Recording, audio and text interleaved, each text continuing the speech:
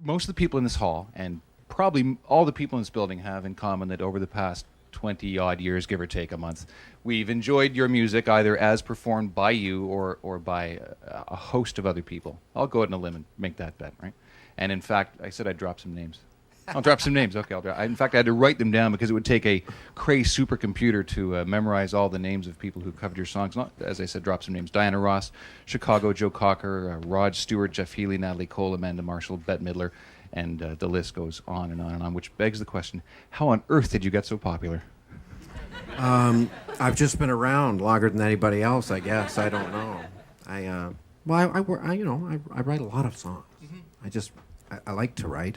And I've been doing it for, 25 years. Are you the kind of guy who has piles of DATs all over the house? And I have piles of cassettes. Yeah. I refer to my studio as cassette hell, and they're all mislabeled, and I can never find anything. And it's a kind of divine chaos in there. But luckily I have a very astute publisher, and they kind of organize things for me. Apparently something is working for you. Something. There are people here in the audience tonight who wanted to, and I don't want to monopolize. Lady here, what's your name? Jean. Jean? Yes. What's your question for Marc? When you sit down to write a song, do you have somebody specific in mind that you're writing the song for or to? Or I usually try to write it for myself, even if I don't end up doing it. I initially start by writing for me, and then I know it has some truth to it. There are songwriters that can, their publisher can give them a name and say, 10cc is looking for a song, or Bette Midler is looking for a song, or Green Day or something, and they can kind of get into that headspace and do it. That's a special talent that I don't have. So I just write for myself, and whatever comes out, it goes into the master pile in Hollywood there, and the people pick through it and take what they want. Now, do I recall you saying, though, one point shortly after Rod Stewart had recorded "Rhythm in My Heart," that you thought of Rod a lot when you were writing songs? I think of Rod on a daily basis. I think of him day and day night. I go to sleep. My mantra to Rod, I think of his bum. I think of his hair. I love him. But I don't write Why for would him. that be? Yeah. Well, because he's done a number of my songs, thankfully, and now I can send my kids through school and give them braces, and I can get my bonding fixed now that I've broken it on the mic. It's just it was just a lucky happenstance that I had a couple of songs at the right time for him, and he was looking. Do you remember the first time? I know you went to Los Angeles after you had an enormous monster hit, which I know that we probably all know the words to in the late 70s, and that, of course, being Marina Del Rey.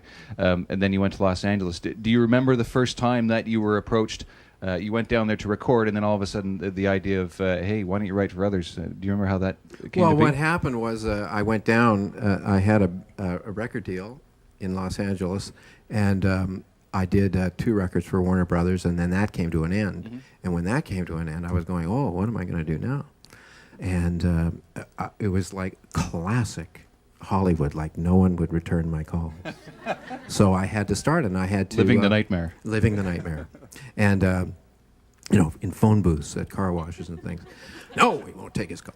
And so I had to make ends meet, and so I went to see some publishers and started writing, getting publishing deals, and that is what got my songs to other artists.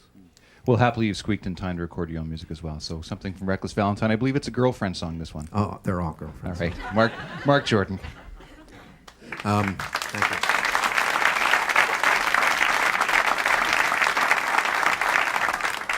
When I was a young man,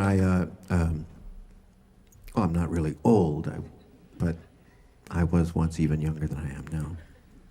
And as a lot of young guys did in Canada, I went traveling in Europe and met, I hate, It's kind of, I hate introducing these songs to my wife around because she has all these songs about healing and nurturing and fluids and my songs are all about broads, you know. And I guess that's okay. Anyway, so you meet, you know, you meet people and for an evening or possibly two, and the thing about men, women move on real quick, but men never forget. So, isn't that true? Shall we talk? This is a song called Spain.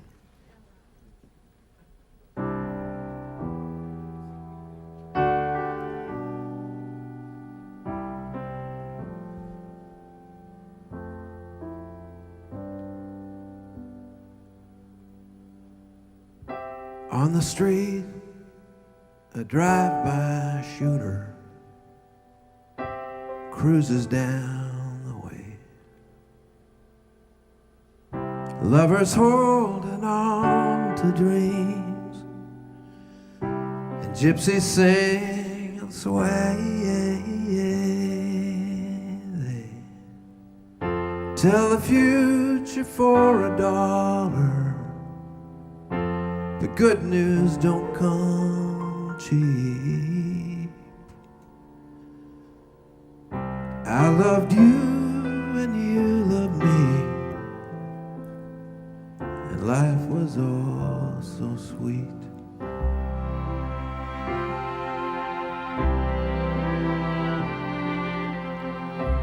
All day and all of the night I sat in Revolution Square just to hear the guitars playing. Ah, but you're not there. I went back to Spain this year. I looked everywhere. I loved you and you loved me, but sometimes life can be unfair.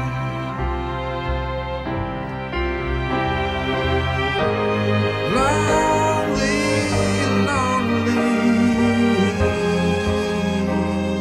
yeah. Lucky penny at my feet. Think I'll toss it down the street.